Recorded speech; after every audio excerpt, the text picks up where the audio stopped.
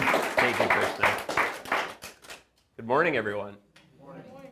Thanks to Krishna and to the church here, particularly your congregation, for asking me to come and speak with you, share a little bit of information about the poverty situation and kind of the reality in working with some of the families here in Monroe County, particularly that I have firsthand experience working with through Families First of Monroe County, which is just right up the road here, co-located in the Neighbor for Neighbor food pantry. So as Krishna mentioned, my name is Ben Hine. I've had the opportunity to serve as director with Families First of Monroe County for a little over the last year or so, I think since last summer. So Families First really works with families who are struggling with some of those either life or financial type of challenges that we all face at one time or another. We do provide some basic needs type of services like case management, working with budget counseling, trying to stretch families' resources as far as they possibly can go, if not increasing those resources directly. Also really focus on providing and focusing in on some of those basic needs items that all families in the community have, which is kind of where I would like to start this morning. While we have our youngest members of the congregation here, I kind of wanted to talk a little bit more about that word that you might hear adults talk about quite a bit, and that is that concept of community. Is that a word that you guys are familiar with? You have a pretty good idea of what we mean when we talk about community?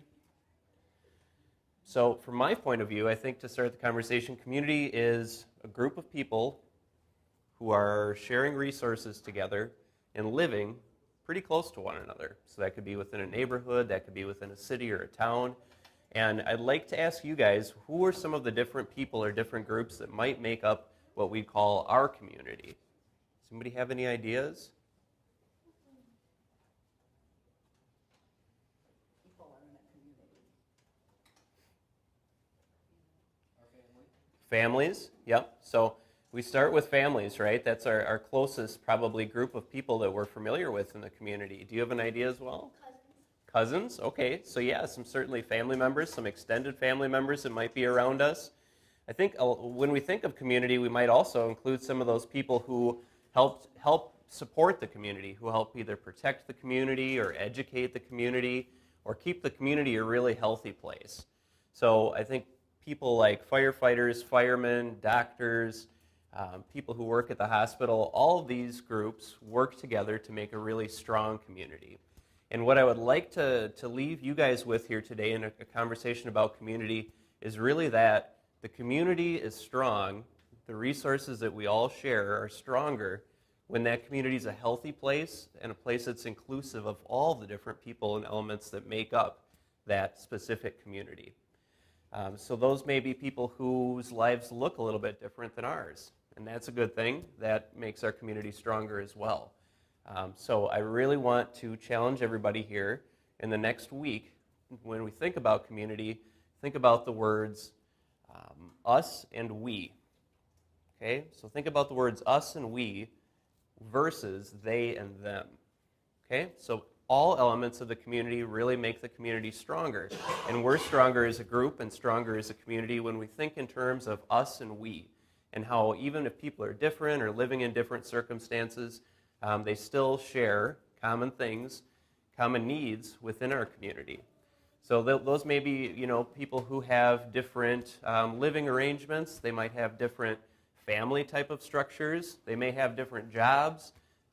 They may, even have different values than we do. That's part of what makes us a strong community, and part of what makes us a strong group is thinking in terms of us and we versus they and them.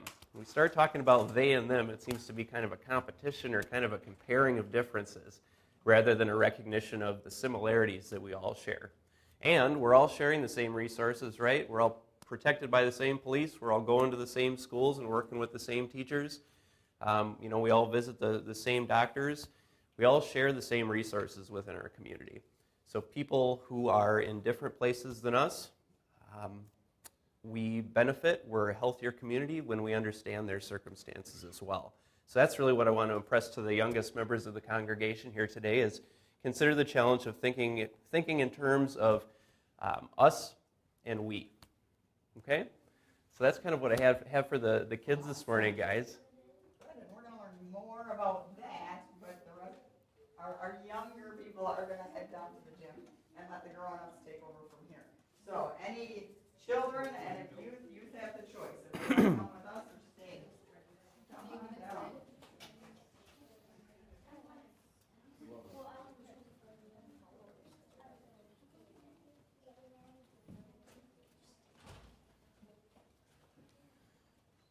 So thanks to you all for joining here this morning. I'm really interested in speaking on this topic of poverty, and particularly poverty that is occurring here within our own communities, within the larger Monroe County family, within the state of Wisconsin, within the nation.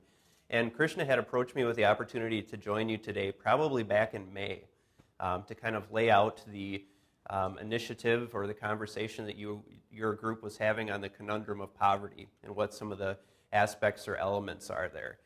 I am kind of a data guy. I'm kind of a statistics guy. I think that within the root effort of a community, if we're speaking the same language and understanding the same terms, that works towards providing some healthy resolutions and some potential solutions for that identified cause. So Krishna also asked me to talk about kind of the three elements from my perspective that I believe could be considered pillars of poverty here locally. So I will also preface all of my comments by saying I'm not a policymaker, I'm not a politician, and I'm not a scholar. So I am coming from a place as a direct service provider here in Monroe County, in Tomah, in working with some families who are really going through legitimately struggling times and having a difficult time maintaining some of the very basic things for their families. So my comments come from that place and in personal observations and working with some of the struggling members of our larger community. So to take a closer look at poverty at home, defining the topic, it seems like it's easier said than done. Whenever we think of poverty, we could probably ask 10 people and we probably get 10 different responses. So a portion of my goal today is really to focus in on what some of those different definitions and what some of that commonality may look like. The easiest definition, I think, comes out of the comes out of the dictionary. The basic definition being extremely poor. Well, that's good. We got the whole thing solved, right? It's a pretty straightforward answer. But as you can imagine, there's a lot of different elements that go into that. Now, the United States government has come up with a more detailed classification or description of exactly what poverty is. And as you can imagine, that it's a bit more wordy. So basically, verbatim, the U.S. Census Bureau determines poverty status by comparing pre-tax cash income against a threshold that's set at 3 times the cost of a minimum food diet in 1963. It's updated annually for inflation using the Consumer Price Index and adjusted for family size, composition, and age of the household. And family in this term is defined as the official poverty measure as people living together who are related by birth, marriage, or adoption. And those federal poverty thresholds are not set by geography, so they do not vary by geography. So there's a lot of moving pieces here. There's a lot of policy type of stuff. There's Consumer Price Index, and there's the year 1963. The one commonality with this is that the basis for the federal poverty definition does take into account the average cost for food. Now, 1963, you can tell it's been quite some time since this poverty measure has been updated. Also, I'll again emphasize that the thresholds do not vary geographically. So the poverty threshold is the same across the country, whether you're living outside of Los Angeles or whether you're living in Sparta, Wisconsin. So these are some of the things that, or this is the definition that goes into when we hear about that larger poverty level or poverty threshold. So for comparison's sake, we can take a look here at exactly, per the federal definition, what these poverty thresholds are. And I'll read these off because I think it's likely a little small for some of the folks in the back. But for the family size of one individual, poverty threshold is an earned income of roughly $12,000 annually, so over the course of 12 months. Maybe for a more familiar example, we might see, 3 people, so maybe 2 adults and a child. That poverty threshold number is an earned income of $18,850 annually. So maybe a case that we can relate to in a small family.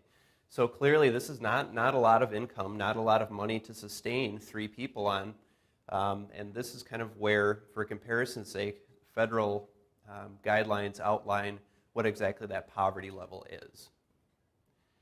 So what does that number tell us, specific to the federal poverty level?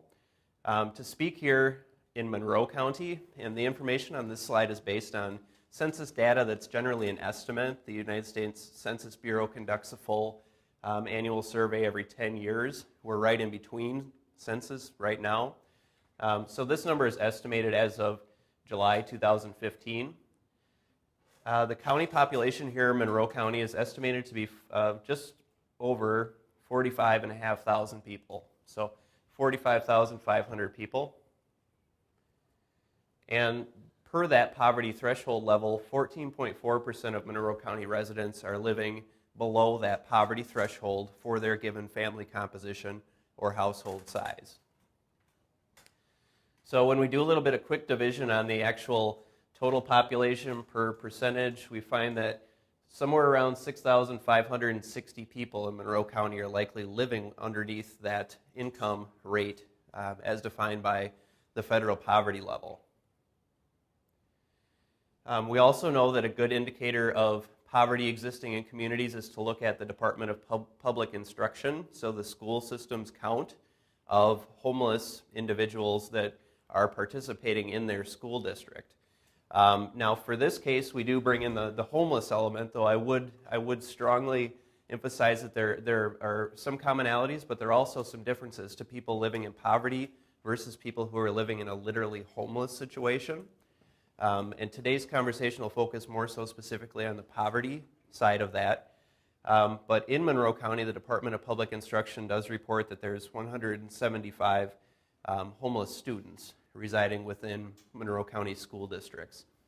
So per this definition, per the public instruction definition, homeless students may also be students who are precariously housed. So staying with family or friends, rotating back and forth between relatives. Families First has worked in the past with a number of families who mom will pick up the kids after school and the kids don't necessarily know where they're sleeping that night, and they rotate between friends or family as they're able to. Excuse me. That's a very common situation within Monroe County in our experience. So though those people may not be considered literally homeless as we think of them in terms of sleeping in a car, sleeping in the park, to me and basically to their existence, that looks like a very near homeless situation with everything that comes with that. Here you can see some of the specifics. Toma Area School District, 124 of those 175 students that were accounted for as homeless here in Monroe County. So that's the portion of the federal poverty line. And what I want to do is offer you some alternatives and some information, some education on for comparison's sake. So another approach, in addition to that federal poverty line, which you can tell includes a lot of things, including the value of food in 1963, and doesn't vary from geography, some other alternatives to defining poverty come from a very strong group here in our own state of Wisconsin, which is the Institute for Research on Poverty. And they believe, rather than the formal federal poverty threshold, that perhaps a more accurate measure of poverty in Wisconsin is the Wisconsin Poverty Measure, or WPM. And the WPM, rather than incorporating just solely income, also, as the federal poverty level does, also incorporates other additional benefits or income and expenses that households may have. So it could be things like tax credits, it could be things like non-cash benefits that the household receives, it could be things like food share, which is a huge support for families throughout the state, could be housing subsidies that a family is relying upon to maintain stable housing.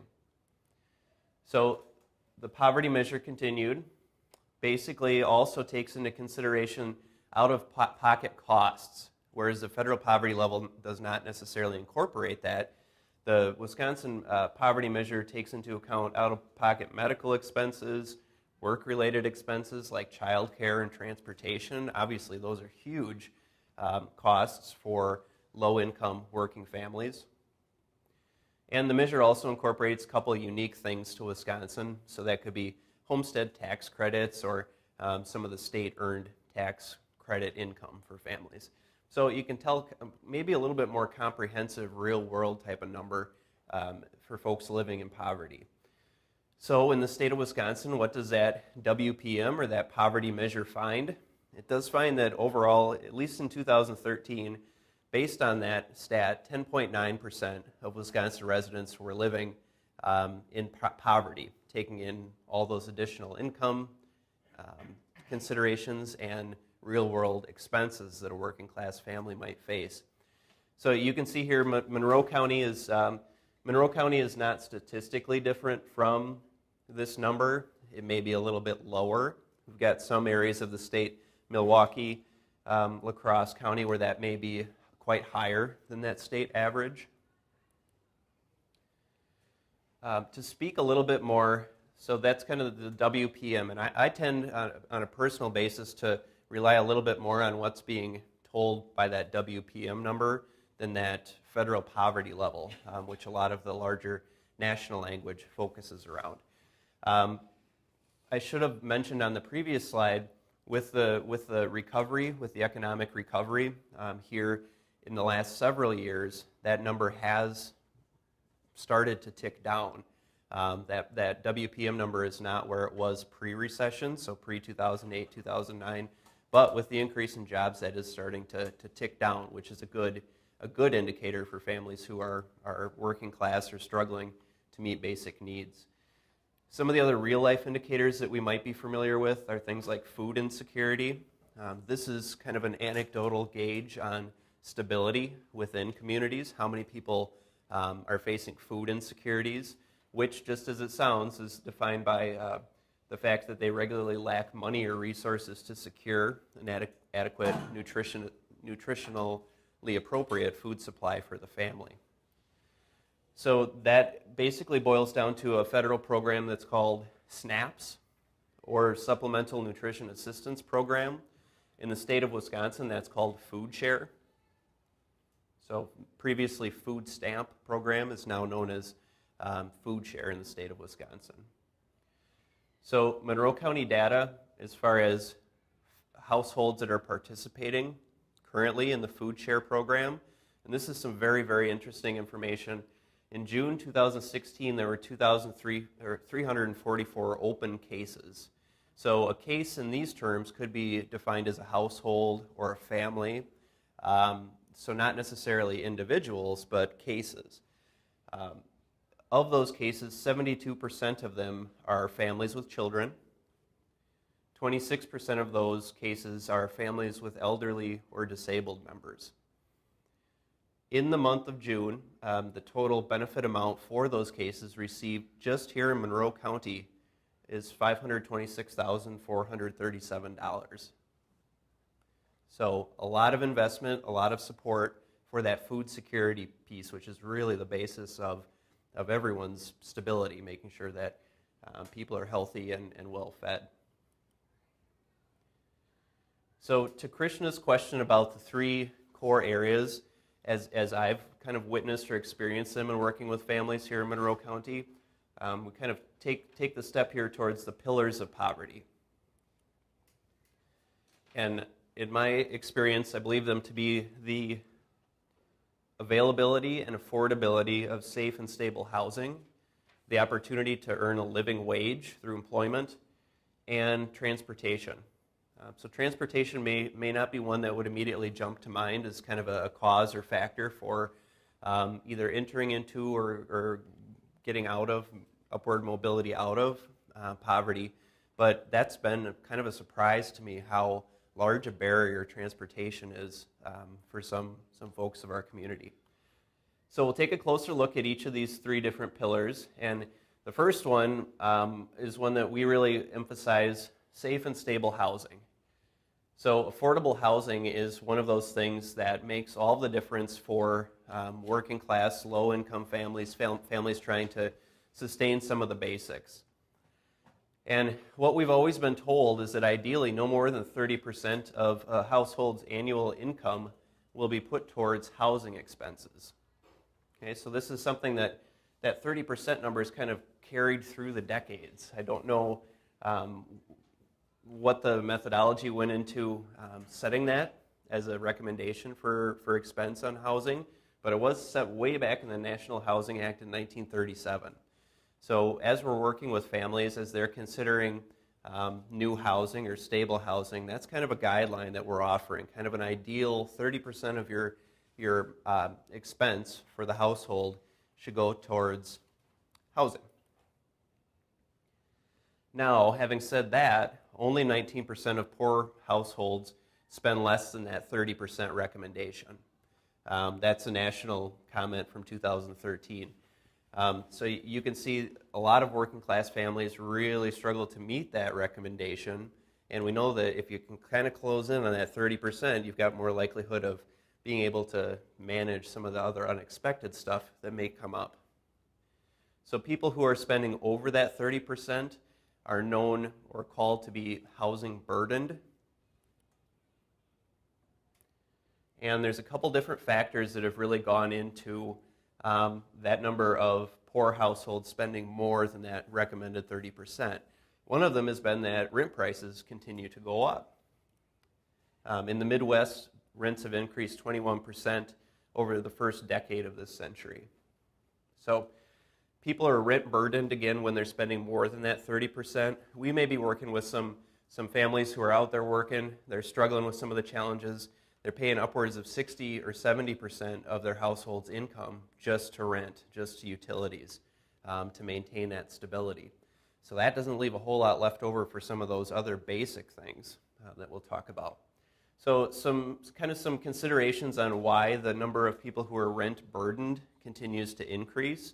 One of them being that either wages have fallen or jobs have been lost or stagnated. This was, particularly true at the last half of the last decade with the recession. Rents and utility costs have risen. That is just a fact. Rents across Wisconsin and across Monroe County are higher than they have been in previous years, as are utility rates. And federal assistance programs have not necessarily increased to bridge that gap. So that the amount of programming, the amount of assistance or federal support that may be out there has remained relatively consistent. And inherently that's led to some of the gap, again, with the increased affordability of housing. So to talk a little bit closer to home here, specifics in Monroe County regarding safe and stable affordable housing, nearly 6,000 households in Monroe County rent. So that's about 1 out of every 3 households that reside within Monroe County. The fair market rent value for a 2-bedroom apartment in Monroe County is $777 a month. Now you can certainly find apartments that are less expensive than $777, and you can certainly find 2-bedroom apartments that are much more expensive than $777. But the guidance is that all things considered within the rental market, $777 is this year's fair market, what would be considered a fair market rental value. So basically, to go back to that 30% suggestion or guidance on what households should be putting towards housing expenses based on their income, a household would essentially need to be making $31,080 annually to be within that healthy margin of 30% of their expenses going towards that $777 2-bedroom apartment. So that would mean that with the current minimum wage, where it's at right now, again, I'm not a policymaker or politician, this is where things are at. With a minimum wage of $7.25, a full-time worker would need to work 82 hours per week to afford the $777 apartment as 30% of their annual expenses. So to meet that, to actually get to this $31,080 number, which would be healthy at 30%, For a fair market rental, the hourly wage would need to be $14.95 for a full-time worker. So there you can kind of see where, you know, working class families need to be to meet some of these recommendations or guidelines for sustainability in housing. Does anybody have any questions on that? I know I can get a little bit tedious. Yeah. Mm-hmm. No, the assumption is that public support is making up the difference in that housing gap for those who are working at the minimum wage. Is that the assumption? Or they're living in lesser housing. Living in lesser housing, or remember this 30% is a recommendation. 30% recommendation is kind of what is given as that this is sustainable for the family if things like cars, you know, go kaput and need new transmissions, or somebody needs medical expenses. Right. To your point, the reality that we see quite a bit is that this 30% number is really tough to maintain, and in order to get that $777 apartment, families are closer to 60 to 75% of their expenses, which makes it difficult when some of those other things do come up. But that's a great question. Yep. Mm-hmm. Yeah. That 30% number, should that be just rent, or should that be rent and utilities? Rent and utilities. That's everything. Yep. Okay. What else we got? Okay, so we also know that eviction is one of the leading causes of homelessness for families with children. People who, for one reason or another, are not paying for rent, become evicted, become displaced, at times become precariously housed, like I'd mentioned, staying with family or friends, or entering into the literally homeless system, which we think of literally homeless as emergency shelters, as people living in places that aren't meant to be lived in, parks, cars, things like that.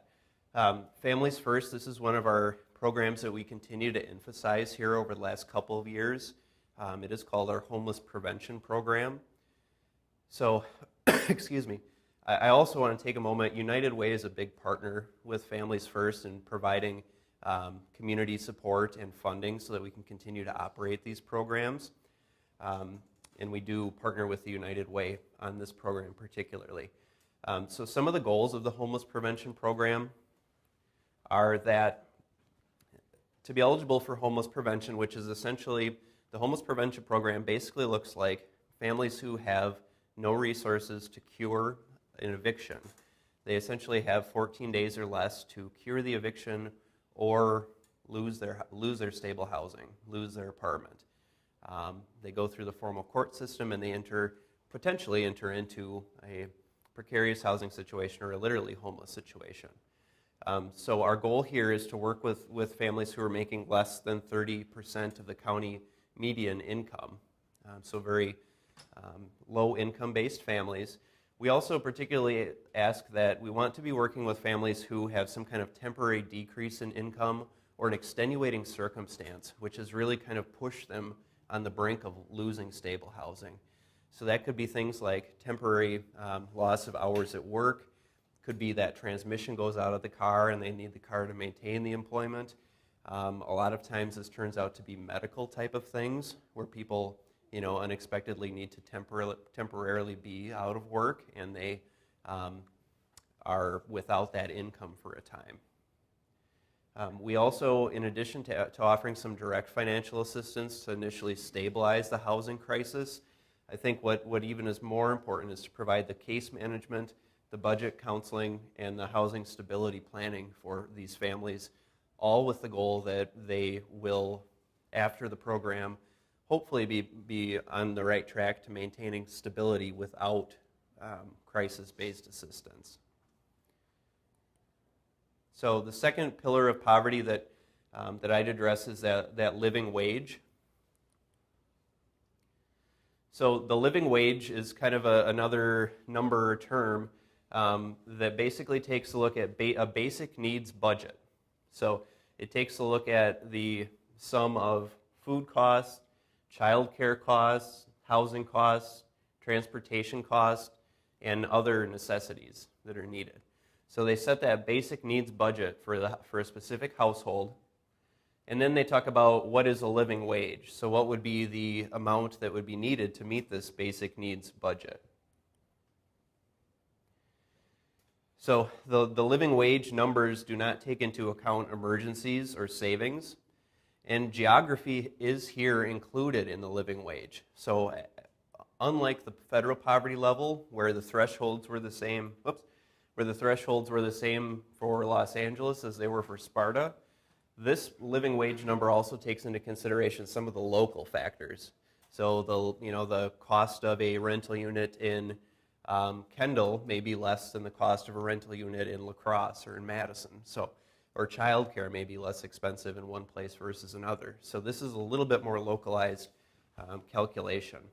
So you can see here with the hourly wages to meet that basic needs type of budget. Pulled a couple examples here. From one adult and one child, the minimum wage is $7.25 across the board, of course. The poverty wage to live above that poverty level for families would be $7. The living wage to kind of on a healthy basis meet those basic budget or basic needs items would be $22.43 per hour.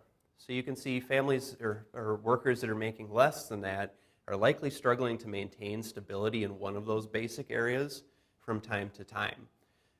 So sometimes that will come down to juggling which of the essential things to pay on a month-to-month basis. Might be putting off the car repair, or the medical appointments in lieu of paying electricity. We're kind of living on that month-to-month type of basis as income allows.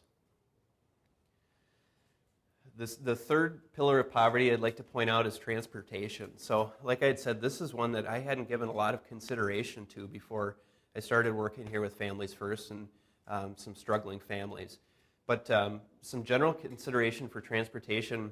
One, it's, as you all know as adults, it's vitally important for things like employment, for things like childcare, even to get the kids to school.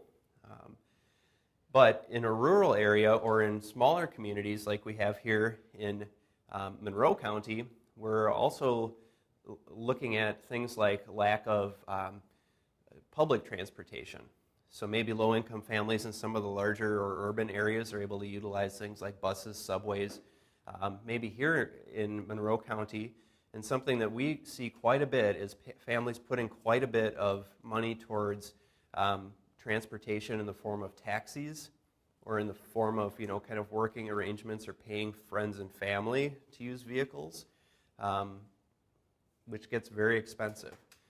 Again, it kind of becomes a day-to-day type of mentality for struggling families where we need to get to work today.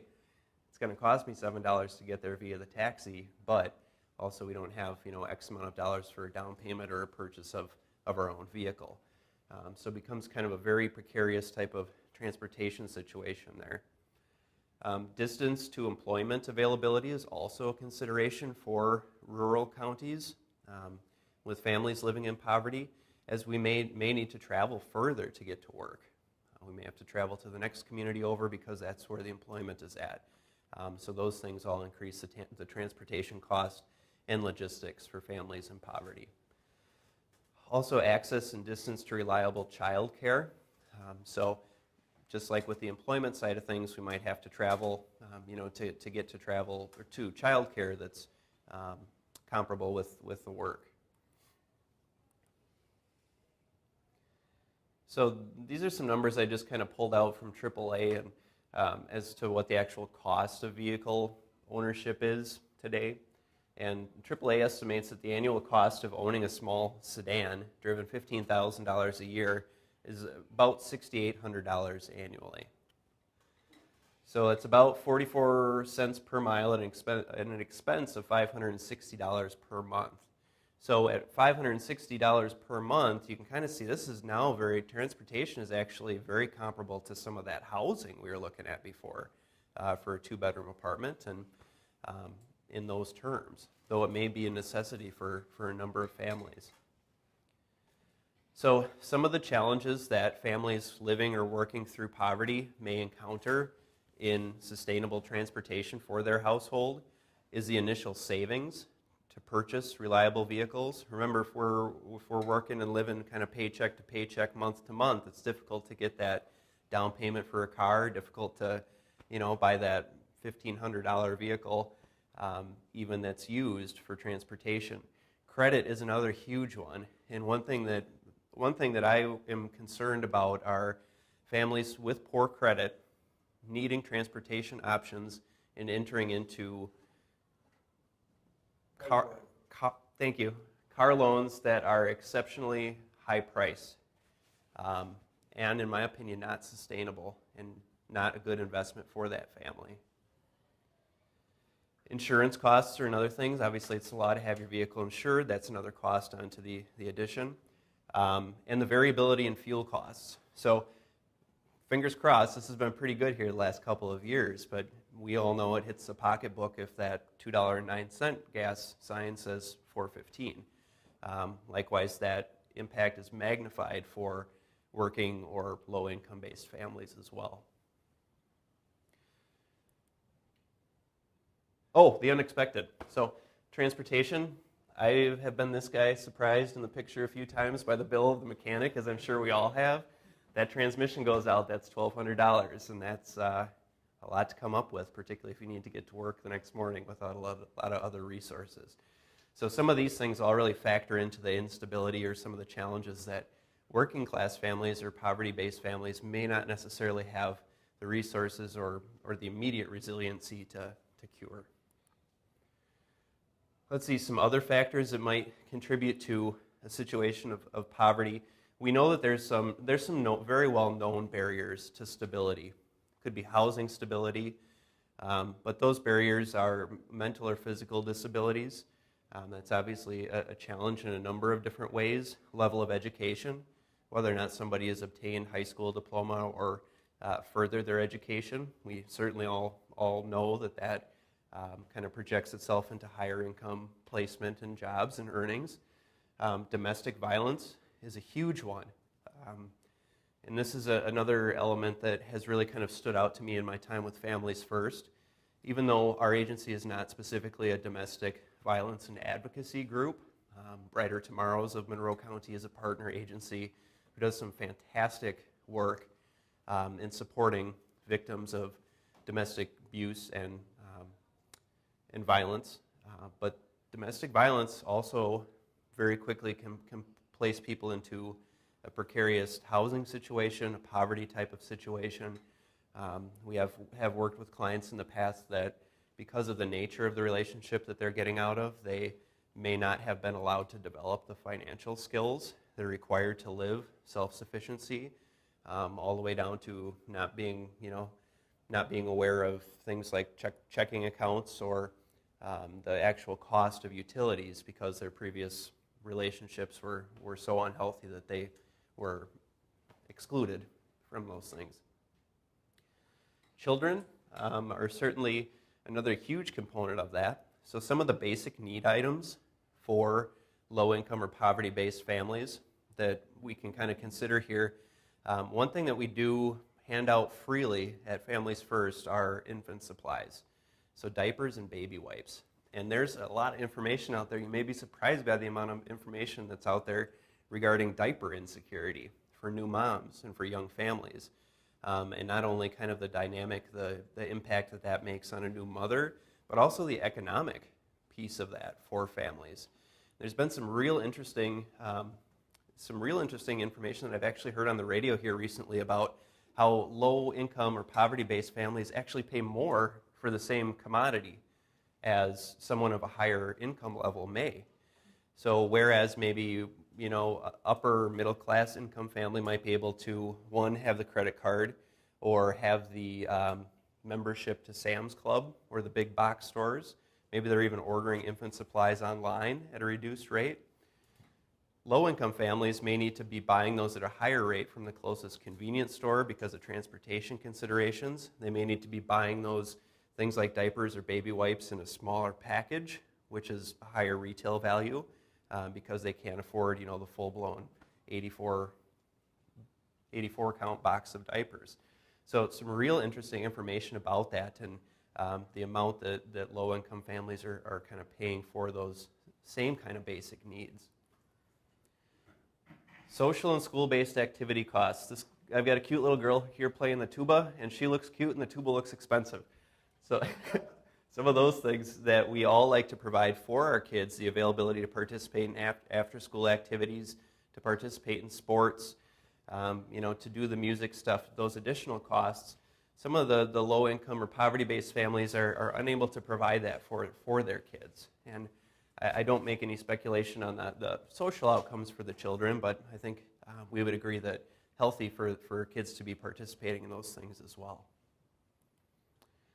So that's kind of the bulk of the content that I wanted to provide to you here today. Some places that I would point out and where this information has come from, particularly some of the numbers are from the Wisconsin Institute for Research on Poverty. The Great Rivers United Way, a little bit closer here to home. Great Rivers United Way encompasses four counties here: Monroe, Crawford, Vernon, and La Crosse County with services. Every, I believe, 3 years they do a COMPAS survey, which is a community needs analysis. They will survey members of the household, might be your household or someone that you know, as to what are the most pressing issues within your community from your point of view, and they compile that information into a needs-based assessment for program development. So some interesting information there.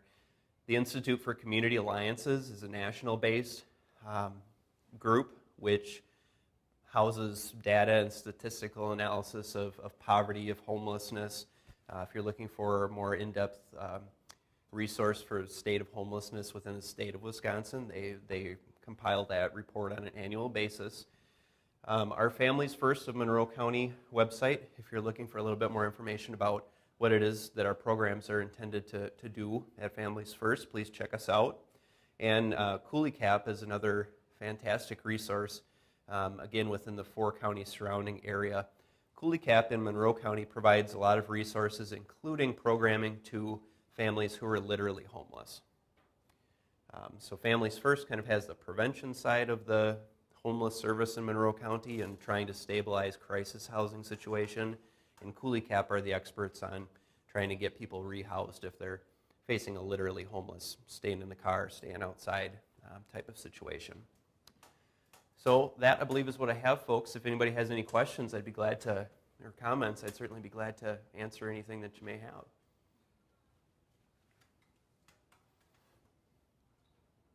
Yeah. Mm-hmm. One question, and it's kind of a dumb one, so sorry if this is confusing, but when you use the term pillars of poverty, how do you kind of picture a pillar of poverty? Like, how are you using that term about these things? Does that make sense? Yeah. I think that those, in this case, I think that those are pillars I think that those are the main barriers that are kind of standing in the way, that they're kind of supporting that continued poverty, and each on an individual circumstance. So those things are all different for everybody who might kind of be encompassed underneath that current poverty condition. But I really do see those three things as maybe the most real-based. And again, just speaking completely from my experience and work in here, those seem to be the three commonalities that continue to the affordable housing, the availability of, or the limited amount of wage or earned income, and the transportation. Great. Well, I certainly appreciate. Yes, ma'am. I just have a bundle of questions. Mm-hmm. And I'm not sure. When a person contacts you for assistance, is it by phone? Is it face-to-face? How can we best help these people? Because a lot of it is cultural.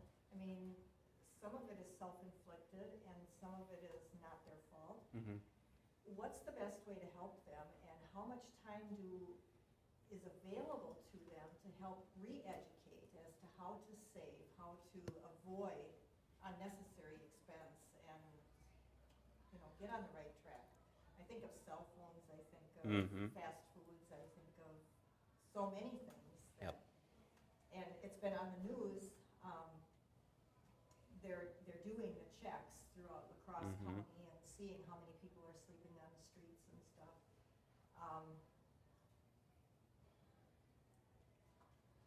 I don't know, how receptive are the people to It's a good question. really making changes, and how can we as a church body love them and? Yep, that's a great question. I like those questions. Yes. I think thing number one is when we started with the kids earlier, the sense of inclusiveness, that when the community as a whole is stronger, because all of the members of it are stronger, that it's a better place. So sometimes in conversation when I do question and answers with people, the question will come up very directly, sometimes more directly than others. But the question will always come up, do you have people come in looking for handouts, for free stuff? The answer to that question is yes. I can very confidently say for every one person like that that comes in, there are 5 to 6 people who come in who are going through some of these circumstances, who are taking advantage of programs that are out there, like ours and a number of other partners, to provide them some help and stability. And those are the 5 or 6 cases that we're geared for. We're prepared for we're prepared for that one. That will happen. I think that that's human nature in some cases. But what I want to leave with the congregation, with everybody that I speak, is that that's one. That's not the 5 or 6. That is by far, in my opinion, the minority. Let's see. To answer some of your other questions here, I think that being aware of available resources and identifying that maybe people within our own lives, people within the own congregation may be struggling with some of those basic needs. So you guys being the messengers to available resources that are out there for people in the community. Families First specifically, we get phone calls. We are a very small agency. We've got myself as a full-time director and a part-time case manager. We cannot be successful unless the outside network of support providers like Human Service Department, schools we do a lot of work with, church congregations, partner agencies like Cooley Cap, Great Rivers, an entire network of people. We can't be successful unless they know of the availability of our resources and are able to point clients who may be point people struggling who may be potential Families First clients towards us. So there's a direct referral method in that way. Certainly phone calls. There, like you said, there is a very tight-knit community, and people who are struggling oftentimes have other family members or other friends who are in similar circumstances and have relied on similar resources in the past. So all those are kind of paths of entry into some of those services.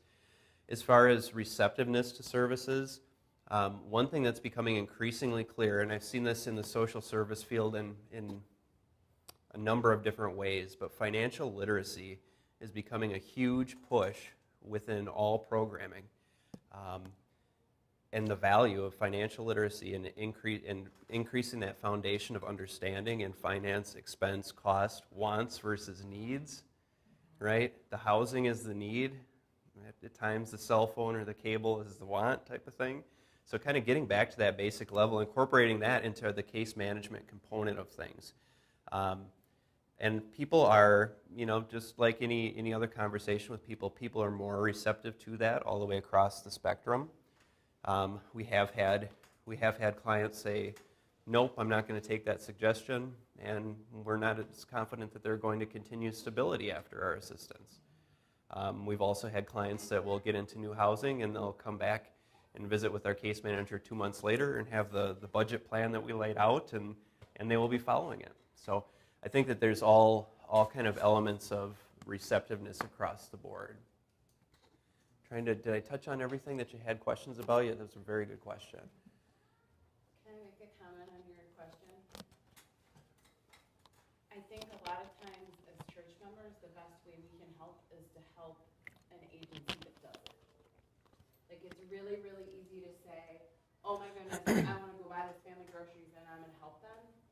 And our time resource and our money resource would be so much better if we partnered with an agency that does this, who has a system, who has a formula, who has a plan. Not because we're bad at it, but we don't have the long-term resources as an individual. Or training. And then I just really wanted to comment on his transportation barrier. So I run the Boys and Girls Club. We don't turn anyone away for lack of ability to pay. So I have your after-school resources for your kids, homework help. We started a meal program, so we'll serve them all supper.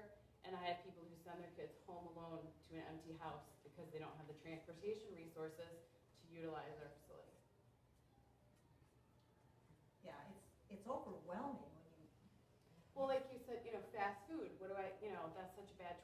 same time, how do you get ahead if you have very little money?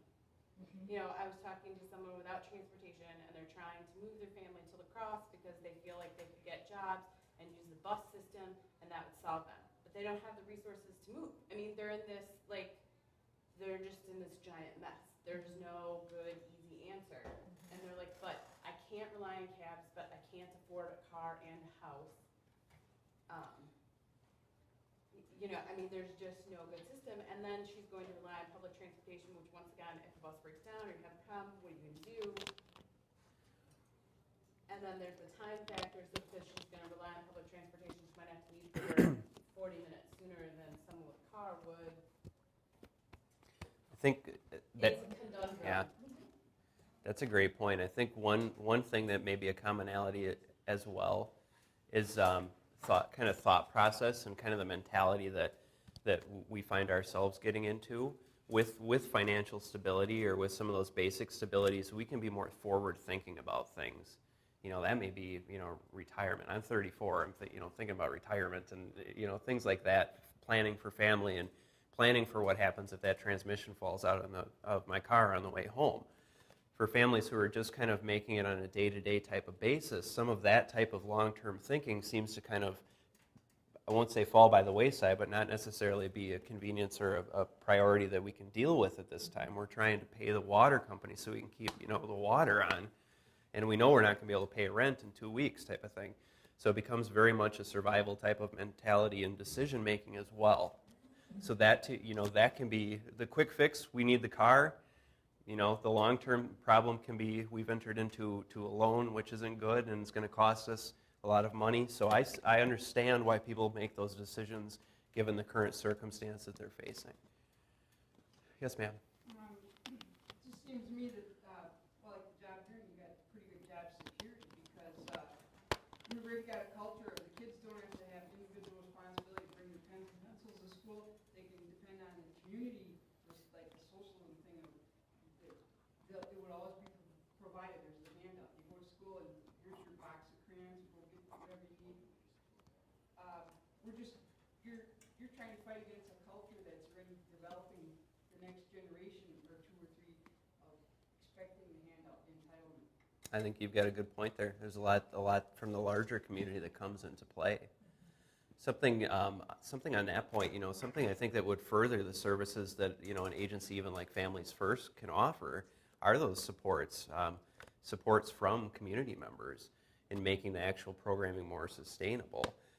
This kind of speak off the cuff, but I would love to have, you know, 2 or 3 maybe older or couples with families who are, you know, stable in their life, serve as almost mentors or sounding boards for some of the families that we're currently working with who are really struggling with some of the basics. Maybe just an informal touch base or get together for lunch. How are things going with this? And providing some, you know, some feedback on, well, this, you know, I remember being at that spot in my life or working through those things, and this is something that may be able to help. That may be another way that the larger community can work towards resetting what that healthy standard looks like. Also, I think what he said about financial literacy, he is not lying when that every nonprofit is looking at financial literacy from itty-bitty kids to older kids, because you make stupid mistakes if you've never been taught things, and then they come back to bite you. And so, you know, we're working always trying to give educational pieces, like you said, predatory car loan. If you've been educated on it, you probably won't do it. But if you've never been educated on it, then what do you do? So, Yeah. it's not easy. It's not, and it's multifaceted. I think it's a complex deal. It's a complex deal, and it's an individual deal. So it's tough to find, you know, you can throw all the numbers and stuff out here, but it's tough to find what works for everyone or what exactly some of those causes are. But I really appreciate the opportunity to join you guys here today. And if you do have any questions, feel free to get a hold of us there at Families First, or even if you'd like to come over and check out what's going on there, be happy to sit down and answer anybody's questions. Can I wrap us up in prayer real quick? Please. Great. Father, we just thank you so much for Ben and his commitment to having an impact and for Families First as a whole. And thank you for how we've gotten to learn from them today and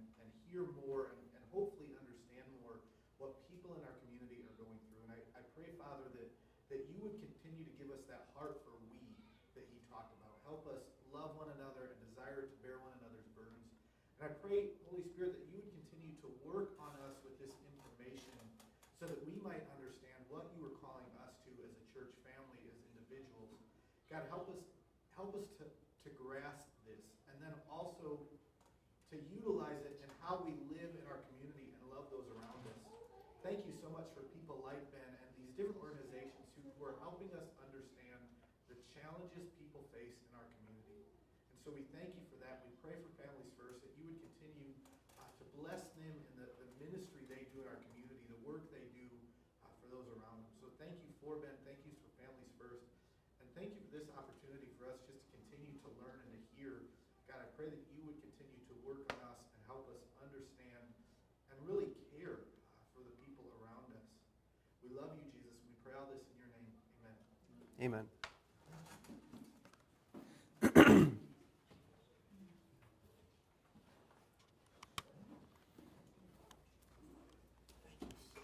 Thank you. That was really, really Great good. opportunity. Yeah, that was really good. Great. Thank you.